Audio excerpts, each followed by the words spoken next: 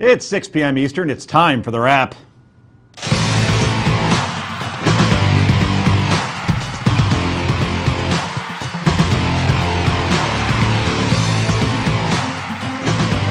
Good year once again, and welcome to the show. I'm Joe Concha, joined by co-host of Steele and Unger on Sirius XM Radio. Rick Unger is here.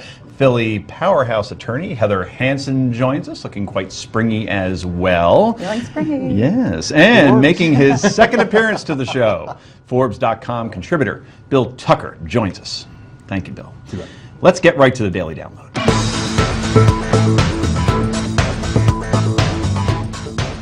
And President Obama upset more than a few folks when news broke of his intent to negotiate a deal with Iran that would ease sanctions and allow nuclear weapons after a certain period of time. Israeli Prime Minister Benjamin Netanyahu, the most vocal critic of the deal.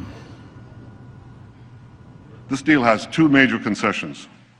One, leaving Iran with a vast nuclear program. And two, lifting the restrictions on that program in about a decade.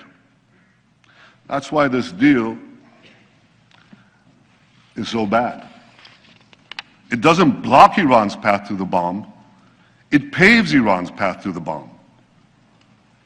So why would anyone make this deal? Because they hope that Iran will change for the better in the coming years? Or they believe that the alternative to this deal is worse? Well, I disagree. I don't believe that Iran's radical regime will change for the better after this deal. This regime has been in power for 36 years, and its voracious appetite for aggression grows with each passing year. This deal would only whet Iran's appetite for more. We know what Bibi thinks, but how about America? According to a new Wall Street Journal poll, and that's also in conjunction with NBC, 71% of Americans are skeptical, that a potential U.S.-Iran deal would actually stop Iran from producing nuclear weapons. Today, a group of 47 senators sent an open letter to Iran's leaders, which said in part, and we quote, "It has come to our attention while observing your nuclear negotiations with our government that you may not fully understand our constitutional system. Anything not approved by Congress is a mere executive agreement.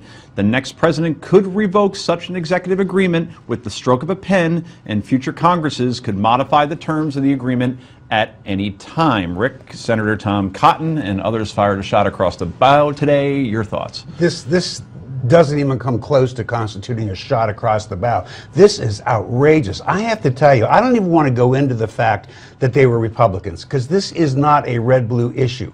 47 members of the United States Senate sought to advise and consult with the enemy, telling them how to trash negotiations our president is having there.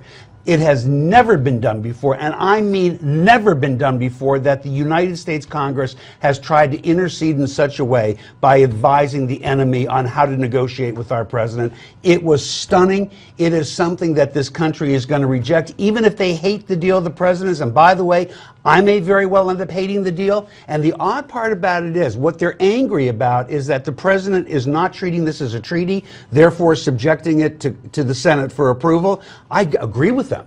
It should be treated as a treaty. The Senate should advise and consent on this, but you do not ever send a letter to your enemy instructing them on our Constitution like they're stupid and telling them how to get around our president. Heather, shameful. You're nodding furiously in agreement. Agree with them. Well, what I have to, when you say this never ever happens, in 2007, Nancy Pelosi went and met with Assad. That is not the same as sending a letter to your enemy. A letter's more open. At least we know what they're saying. We have no idea what it was. Were we negotiating when she went? No, we were not negotiating. She took it upon herself to negotiate by herself. And she informed the State Department. I think that here, when you've got situations like with Bergdahl, where the president made a deal, he was supposed to inform Congress gave them 30 days notice, Bo Bergdahl, with the release of the Taliban 5. He doesn't bring in the Congress to allow them to do what they have to do. They have no choice. Two wrongs make a right. But to go, at some point, you have to find a way to control this president. Do you know that this president will be gone in 2 years? and that the precedent that these people set today will destroy something that has existed since the day this nation was founded. I need to interrupt for 1 second because joining us on the phone right now, we have former CIA analyst and Chief of Staff for Ambassador John Bolton. He's currently a senior fellow at the Center for Security Policy. Fred Fleitz joins us. Fred, the Republicans just attempted to sink the president and his Iran deal. Will they be successful? Well, it's good to be here. This was an extraordinary letter, but it was an extraordinary letter for an extraordinary time.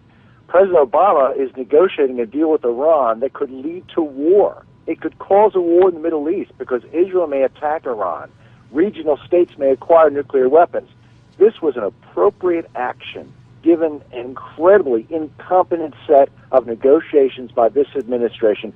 Something had to be done, and I congratulate the Republicans in the Senate for stepping up and exerting adult leadership over one of the worst foreign policies in American history. So, Fred, what I just heard you say, it's Rick Unger, is that whenever the President of the United States, no matter who it may be, is contemplating going to war, it is perfectly okay for the Senate to consult with the enemy if you think it's a bad idea. I suppose the Senate should have sent a letter to Saddam Hussein when we were contemplating going to war there. You'd have been okay with that, right? That's ridiculous. Well, that's what you just said, Fred. Let's point out everybody heard you say it. There were talks on there was a negotiations on Russia's nuclear program, and Joe Biden demanded a vote by the U.S. Senate. And let's talk about what he didn't do. You're absolutely right, and that's why I agree with what these senators want. They should get to see this treaty. But what Joe Biden didn't do was, after that conversation that he didn't get what he wanted, he didn't send a letter to the Russians saying, here's how to defeat it. This administration, listen to him. This administration has stiffed Congress at every opportunity. So let's go to our enemy and see if they'll overcome us, right? Let's deal with the enemy on this. No, that's ridiculous. Well, that's what we did. Who's dealing with the enemy? Barack Obama is dealing with the enemy by striking a deal that is conceding the nuclear bomb to Iran. That has to be stopped, Rick. You don't know that, number one. And number two, while I might agree with the policy, Barack Obama will be gone in 2 years. What these people did today is violate a policy that's existed in this country since the founders started it, and it can never be undone. Fred, I get that you're against the policy. I might even support you in that. As an American, you should be absolutely ashamed that these people did this. Fred, last word. I'm ashamed that our government is negotiating a deal that could cause a war in the Middle East. And it would be irresponsible for the Republicans to just sit around. Yeah, they should come to the people and make their case, not to the Iranian government. Well, there's no other avenue for them to go. If this is not subject to a vote, they have no other way to go. Fred, thanks for joining us. We're going to give you the last word on that one. Not the last time we're talking about this, I am sure. Coming up next, Democrats are becoming worried big time about Hillary's emails. Former Clinton special counsel Lanny Davis is here next. This is the Daily Wrap, and it's only on Newsmax TV.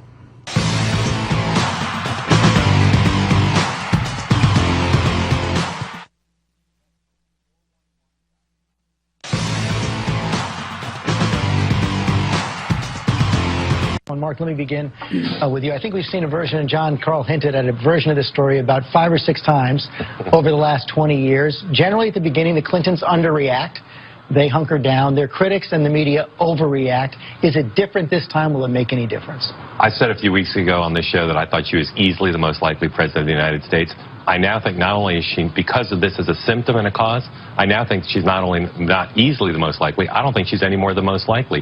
This is the... It's a big shift. Yeah, it's a big shift. Because of what this says as a symptom, not as a cause, as a symptom. What she is doing here in terms of lack of response, lack of a sense of what people think of her, and combined with what I thought was an extraordinarily weak performance at her Emily's List speech the other day. Her husband can get through these things because he's a politician of a lifetime. She cannot. If this is the way she's going to run her operation, if this is the mindset she's going to have, I don't think she's going to be president. Nicole Wallace, seemingly on every show on television, and probably this one tomorrow night for all we know. Anyway, Nicole aside, that was Mark Halperin yesterday on ABC's This Week, having a slight change of heart, big change of heart, regarding Hillary Clinton's chances to be our next president. Welcome back to the show. I'm Joe Concha, along with Rick Unger. Heather Hansen and Bill Tucker. Pressure continues to build at Camp Hillary over her use of a private email account for State Department business. This issue is also costing her politically. A new McClatchy Marist poll finding that for the first time, Mrs. Clinton has slipped below 50% in one-on-one matchups against possible Republican nominees. So joining us now via Skype is former Clinton counsel Lanny Davis. Oh, on the phone, excuse me? That's right, because so much clearer this way. That's true. Lanny, thanks so much. You look great in the picture that we have up of you, by the way, so this is working out well. So let me start off. You know, Democrats are getting awfully nervous about Mrs. Clinton's silence regarding the emails. Do you think this is the right strategy for her moving forward? Well, first of all, which Democrats? There's a pretty small circle that you're talking to. The larger circle can't figure out why there's any scandal when she did nothing illegal. There's no intent to hide. Everything is accessible, and she's turned over everything and offered to publish everything. So there's a small circle that during Whitewater was all breathless. Oh, my God, this is terrible. And guess what? A big zero. And we're only going to know whether I'm right or John Halperin, who I love, is right about 6 months from 9 months, 12 months from now. But certainly all this overheated media isn't going to really tell us anything. Lanny, why do you think she set up a private email account in this situation? I mean, knowing that she's going to run for president, knowing that that information will probably get out. She's a very intelligent person. You don't become Secretary of State and a senator by. I'm just so surprised that she even went down this road, knowing that it would lead to these sort of questions. So I'm a crisis manager. If I'd been asked, I would have said, "Gosh, what's wrong with this? Since you're going to have to reveal everything and turn everything over and make a distinction between private and business." But when you end up turning it over, you might as well tell everyone. So you can second guess and do the wisdom of hindsight. But I honestly don't think there's any deal here, and most American people, I think, will agree. But I do really wonder, and of course she's Secretary of State and Jeb Bush is governor, I know all that. But why would you ask Jeb Bush in 8 years as governor, why did you set up a private email account and your own server in 8 years of governor, and you didn't tell anyone other than the fact that you sent emails all over the way Hillary Clinton did, and everybody who received the emails knew? And the answer is about the same. Convenience. Why should I carry 2 BlackBerries with me if I'm governor of Florida for 8 years? Why should I carry 2 BlackBerries with me when I'm going to have to make the distinction at some point? I don't think either one would have foreseen this level of political controversy, but I really do think there's a double standard that you haven't asked that question of Governor Bush. So Lanny, it's Rick. You know, we're going to set aside the Bush, the Powell, the this, the that, because if they're all wrong, they're all wrong. If they're all right, they're all right. They're all right. I don't think they're wrong. Fine. So don't get me but wrong. here's I want to get into the politics of it. As you know, I am very well versed in the book of Lanny Davis when it comes to do crisis management, right? Why do you imagine Hillary has taken so long to respond to it? Now, we're hearing there may be a press conference this week, but the Lanny Davis I know would never have let her go this far without addressing this head on. So let's examine, first of all, I appreciate your comments, and I am a believer in getting ahead of a story. Tell it early, tell it all, tell yourself, my mantra. So right. Thank you for making my point. I hope more people buy my book. But look, Rick, in the age that we're in, 2 weeks, that's what we're talking about, leads somebody really intelligent and insightful like Rick Unger asked me, why did it take her so long? 2 weeks. Now, we could second guess when you turn them over in December of 14, when the law required you to, now that the law has changed, a fact omitted by the New York Times. Yeah. Let's get to that later, maybe. Would she have been better off as a crisis manager when she realized the law has changed, now I have to turn everything over, and I've made distinctions between business and personal, and people are going to question those? Would I have advised her to get out in front and explain everything? Absolutely. Yeah. But honestly, at the time, Rick, if I had asked you, do you think this is a big deal? It's legal. Everyone's going to know. She can't delete anything in today's age. There's nothing deletable. I think we both would have answered it as a big deal. I would have seen it coming. I really don't think I would have seen it coming. Lanny, this is Heather Hansen. When you talk about she could have deleted it, yesterday you told Chris Wallace that you thought it was a reasonable idea to have a neutral third party go ahead and look at those emails to make sure that she's actually given everything that's relevant. Do you have this? Actually, I have to interrupt you. I never said that. It has been said that I said that.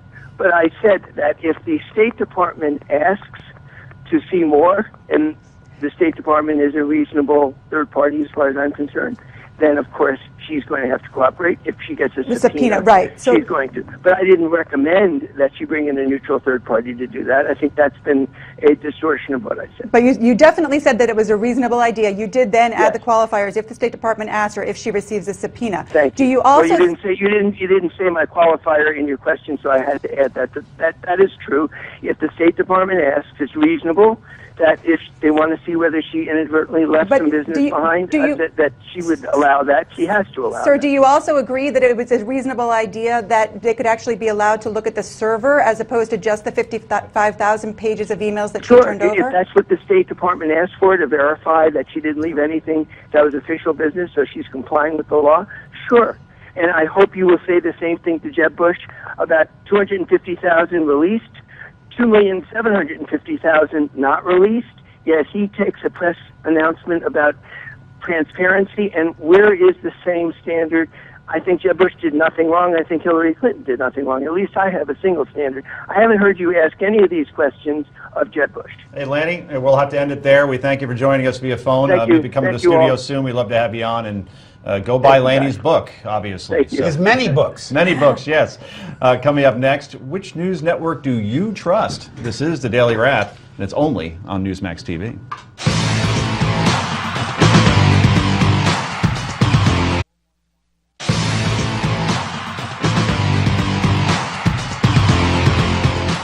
And welcome back to The Wrap. I'm Joe Concha, joined by Rick Unger, Heather Hansen, and Bill Tucker. So let's go around the table, everybody. Who do you trust most in news right now? And that is not a loaded question. Yes, it is. It's a totally loaded question. Okay. No, I don't trust. Well, if I have a problem, I don't trust any of them. I'm going to steal a line from Reagan: trust but verify. I listen to the news and then I go and look and see what other sources. I just don't trust any of them. Unfortunately, that's the way I feel about it. Okay, Heather? Yeah, I feel the same way. I think by reading the different papers, you're better off. You know, I like to read the Times and the Wall Street Journal in the morning and to kind of try to balance the two of them. But I think that as far as the others, you listen and you might pique your interest and then you go on and do your own research. Well, first of all, I trust this show implicitly. Of course, and this okay, network. that should be stated implicitly. Beyond this, Heather's got it right. If you really want to understand what's going on, I'm unaware of a news network that will do that for you. Go read. It's worth your time. It's worth the effort. Read Forbes.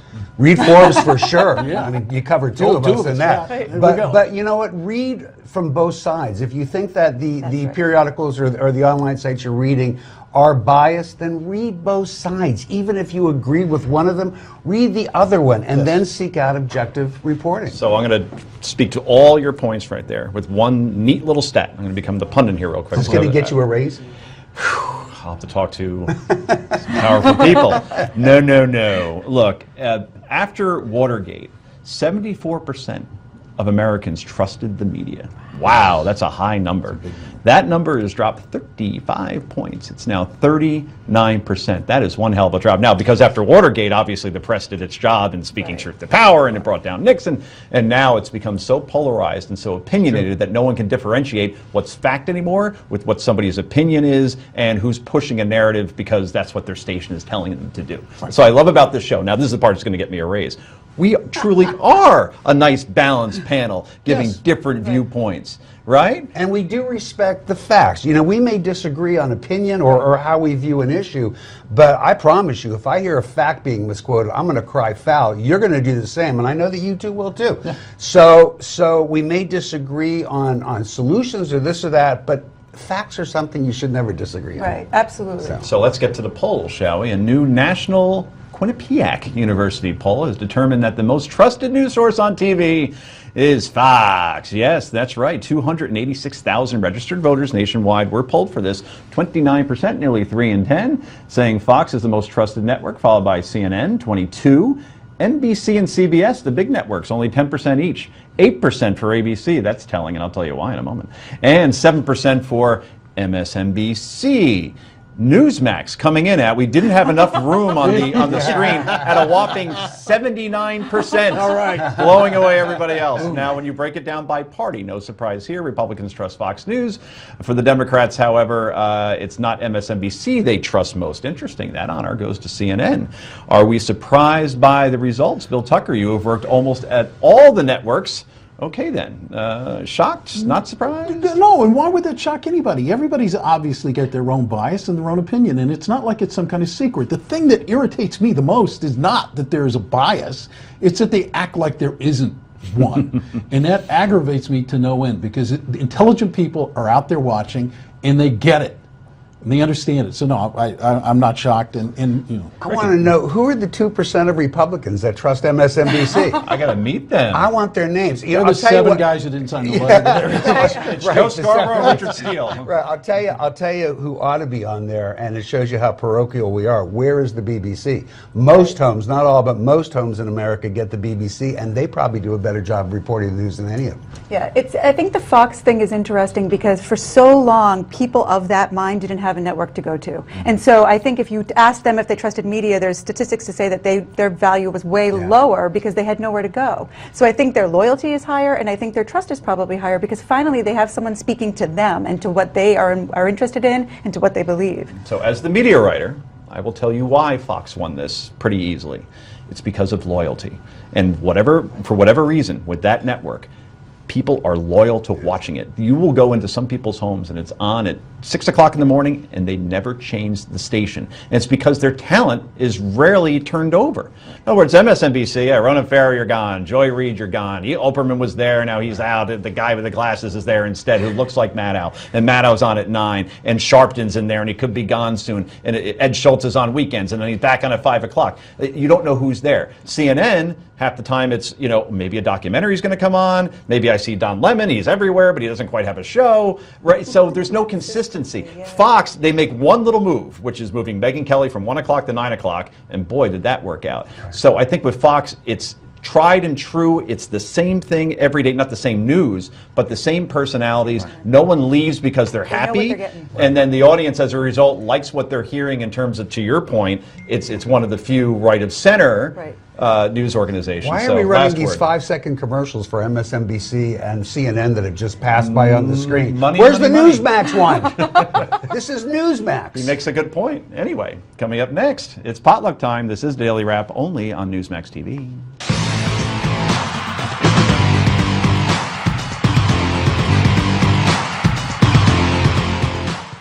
And welcome back to The Wrap. It's potluck time. This is the part of the show where we go around the table and share our favorite stories of the day. We're going to go with somebody who's wearing the brightest colors tonight.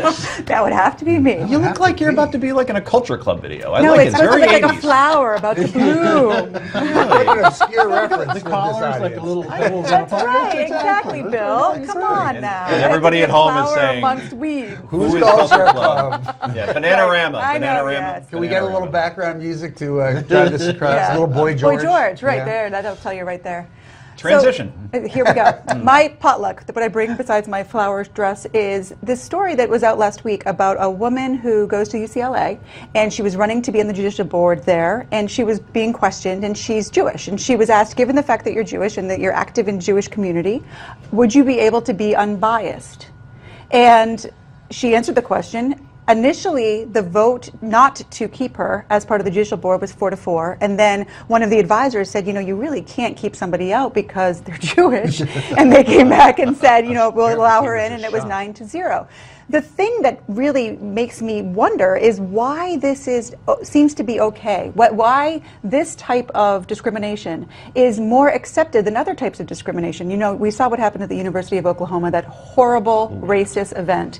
And the LA Times reported on that, and the headline was, University of Oklahoma had a racist chant, something to that effect. Now, the headline on this was claims of anti-Israel bias.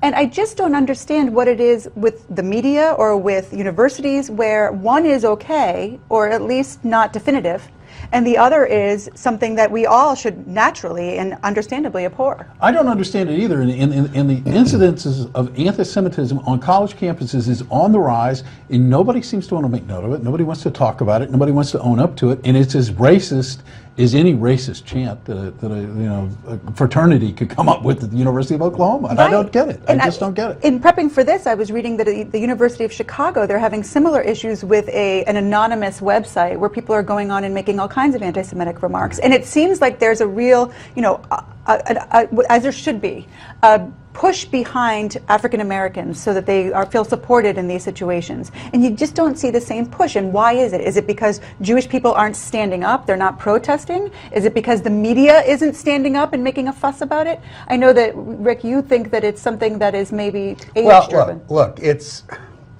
first of all, I'm really glad you brought up the story. It's a hugely important story. But people of my age, and I think maybe even younger, who raised Jewish, we're so sensitized to the fact that our parents and grandparents were overly sensitive to the charge of anti-Semitism, understandably. They came from the World War II era. We all know what that was about. And so we understood it, but we tended to go, yeah, that's your old thing. It's not happening in this country anymore. Well, the truth is, it is starting to happen. And I think we're still acclimating to the reality. A lot of American Jews still haven't gotten the memo. We know about France. We know about some things in Europe. We're still starting to acclimate to it. It's going to take a little while. And it's going to take stories like this on a UCLA campus across from my home in LA, to get it across. And I'm really glad you brought it up. And we'll have to end with the only Jewish member of the panel, as far as we know. So far as we know. Yes, Mr. Tucker. I want to say congratulations to an 84-year-old man who took $58.8 million, made a movie that Hollywood said no, conventionally wisdom speaking, shouldn't be made and it's going to be a bust. And this weekend, that movie, American Sniper, became the top grossing film of 2014, $337.2 million, edging out Hunger Games Part 1. So you can't tell Hollywood anymore, or Hollywood can't tell us anymore, that this doesn't play to America. It when did clearly Hollywood plays. tell you that it didn't? Oh, they didn't want to make this movie, and Says who? the reaction from Bill Maher, the reaction from Moore, the reaction that was from after it was people. made. Yeah, As somebody who knows Hollywood, if I may, yes.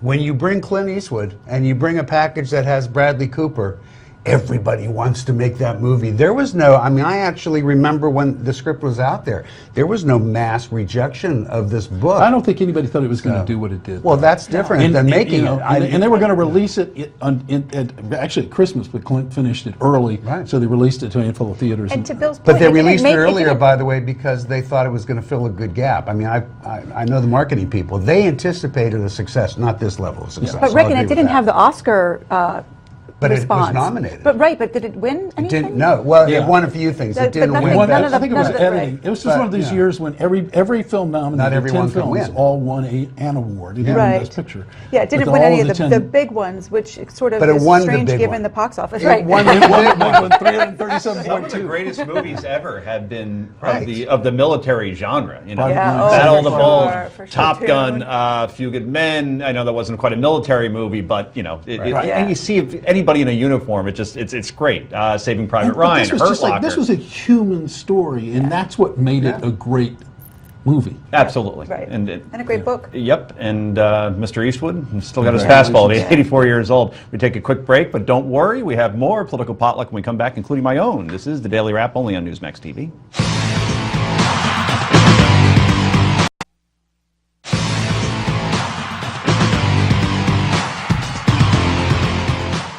You know that subway shot we used to bump in, where it's sunny and it looks it almost felt that way today here in New York. It broke 45 and it felt like 70, so thank you, Mother Nature. Anyway, welcome back to the Daily Wrap. I'm your host, Joe Concha. If you're just joining us, we're in the middle of our potluck, where we share our favorite stories of the day. Rick Unger, you have the third course. Interesting story today in the Washington Post saying that ISIL is beginning to fray from the inside. They're having a much harder time signing up recruits within the region. They're starting to lose battles on the fringes of their territory. It just seems like things are finally going against them, which I thought would be somewhat predictable. But yet, I don't know that Americans are buying into the idea that we may just be winning this war. And the question that I pose as a result of it, have we become so jaded by partisan politics that we can no longer make an honest assessment. If you don't like the president and his policies, you're going to believe we're losing this war. If you do like the president, you may like it. Well, I didn't finish the question. Go ahead. I'm sorry. If you do like the president, then you're going to say we're winning this war. Have we gotten that jaded? Not called BS. No, I'm sorry. There are people being beheaded on television and on the internet. You cannot blame that this. the measure of You can't winning blame war? this on partisanship. No, you can't. I'm sorry. You get people murdered in front of your eyes on the internet. You can't say, "Oh, there's part." Are you telling me Democrats are okay with this, Rick? Is that No, where I don't you're think you going heard with my this? question. No. Let me ask it again. No, we heard it. Well, no, I don't think you couldn't have with that answer. I don't think anybody likes people being beheaded, of course. But that's why we think my we're question, losing this war. So do you think at some point we'll think we're winning the war? But what war? I think you're talking about a different war. You're talking about the war on ISIS. I think that people are talking about a bigger war where ISIS is recruiting Boko Haram, and you've got Al Qaeda, and you've got Al Shabaab. You've got all these people together who are waging a holy war. And many of us are concerned about that. And so, yes, you may be right that ISIS is retreating in certain areas of the geography. But as far as the overall culture of the whole thing, I think that's where people maybe are more concerned. Here's why I think they're skeptical. Right. I get to play punt it again. All right. Growing up, I played Risk, as you know. And remember, we all? you Love take it. Siam, Yes. you take Kamchatka, you win the game. That's basically the way it works. 2 underrated territories within that, and Ukraine. Now, here's the thing.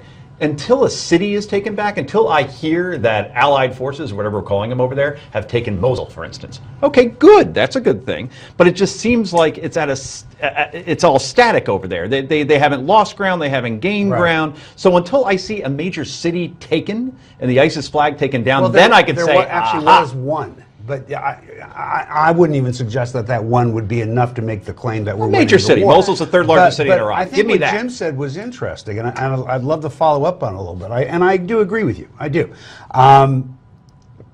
The day may come where we are still seeing heads being chopped off, but may have almost thoroughly destroyed some of these enemies. Does that mean that we haven't made big progress? Or the day may come where we don't see heads chopped off if they change their strategy in terms of PR, and that's what that's about. And yet that doesn't necessarily mean that we are winning the war. Right. This is my question. You know, are we so jaded in the politics of this that as a public we can no longer see when it's going better or when it's going worse? No, I think Heather's right. I think Heather's right. I think Heather's always right, but I don't know what she said. That was No, she's bright, not right. I'm bright. Oh, she's to my left. But no, I think she's right. But most Americans see this as a much broader, bigger war. Right. They see it as a holy war, and that scares people because when you have people who are motivated by holiness, in quotes. Well, it does scare people, becomes but I don't frightening. know if it speaks to winning or losing, but I agree, it does scare people. It scares me. But I don't know how we ever measure how we're doing. You know what scares me more than anything? When my time is Yes. bitten into again by hunger. Oh, that was a I've great been conversation, though, so I kind of let it roll. I don't really need that much time for what I want to talk about today, and that is the New York Times. And if you you probably didn't hear about this, but the Bush family, particularly George W. Bush and First Lady Laura Bush, they went to Selma for that march and that now iconic photo that you see there of the President, the First Lady, and the First Family. What you don't see in that photo, to the very, very, very right, yes, there he is the former President, George W. Bush, Bush 43, along with Laura. Now, for whatever reason, at that one exact point where Bush appeared, the New York Times decided, I think that's all the room we have to show what's going on. And Politico before the weekend was saying how, well, Republicans are blowing off this event, even though Tim Scott, South Carolina senator, the first black African-American to be elected to the Senate since Reconstruction, he co-chaired the entire event, right? There was another congressman down in Alabama who actually had the Selma marches awarded the Congressional Medal of Honor, which is the highest civilian honor given out. All that isn't spoken about. All it was the Republicans blew it off, and photos like that give that impression, Mr. But wait, Unger. let's be accurate. They were not complaining that Republicans Very weren't long going, time. and you're correct that Tim Scott was there. They were complaining that Republican congressional leadership wasn't going. Right, McCarthy and I finally agree. went. And Boehner... And by the way, the New York Times was absolutely wrong to crop They that were. photo. Boehner and McConnell absolutely should have gone. They failed Optics Yes. 101 completely. And Bush should have been Make shown, the trip. and God bless And him Bush for should have doing been that. shown, and we got to go because we got to get ready for yay or nay. This is the Daily Wrap only on Newsmax.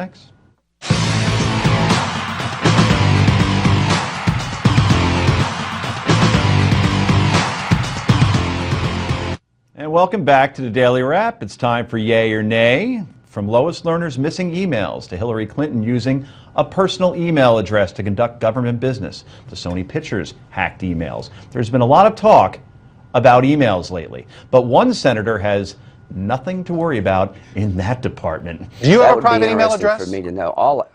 You have a private email address? I don't email you. No, you can have every email I've ever sent. I've never sent one. So I don't know what that makes me.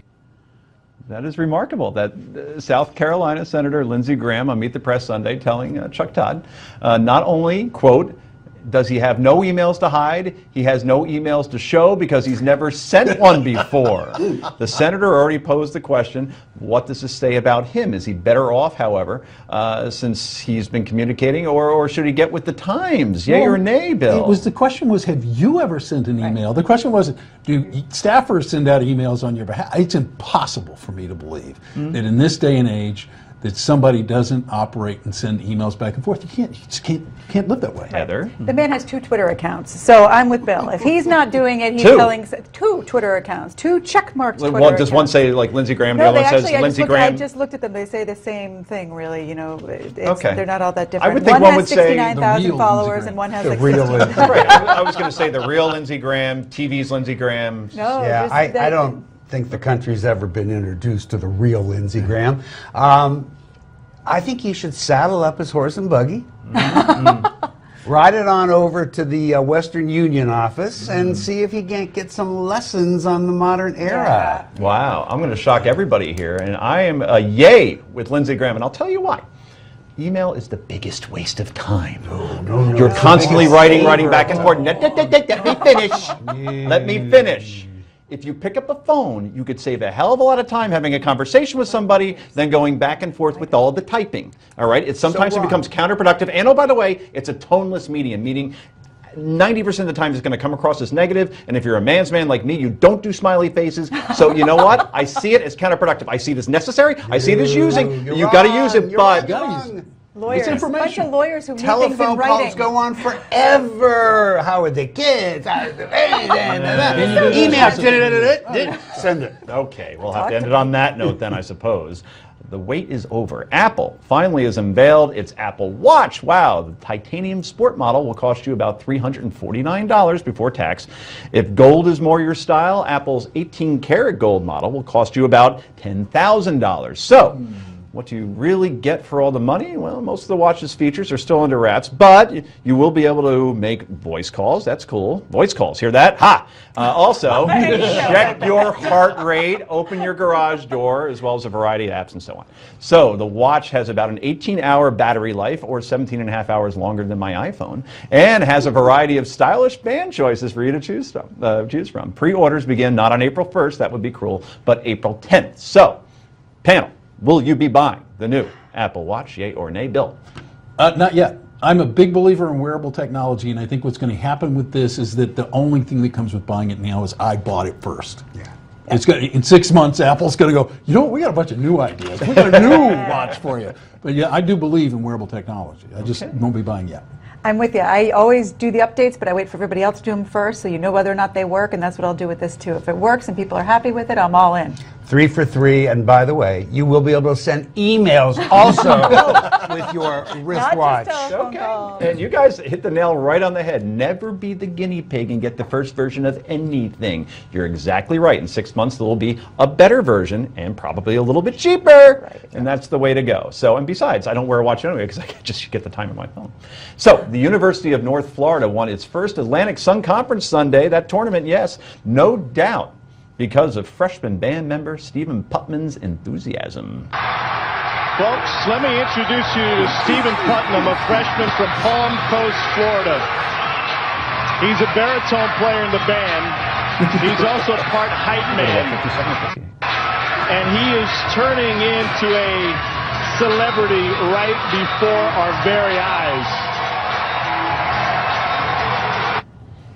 So there was 1,000 ways that I wanted to go with this in terms of our yay or nay question, but the only one I can think of is, should drug testing be mandatory for all band members at the University of North Florida? Rick Unger. I just want to know where he got it. Yeah, Looks like fun.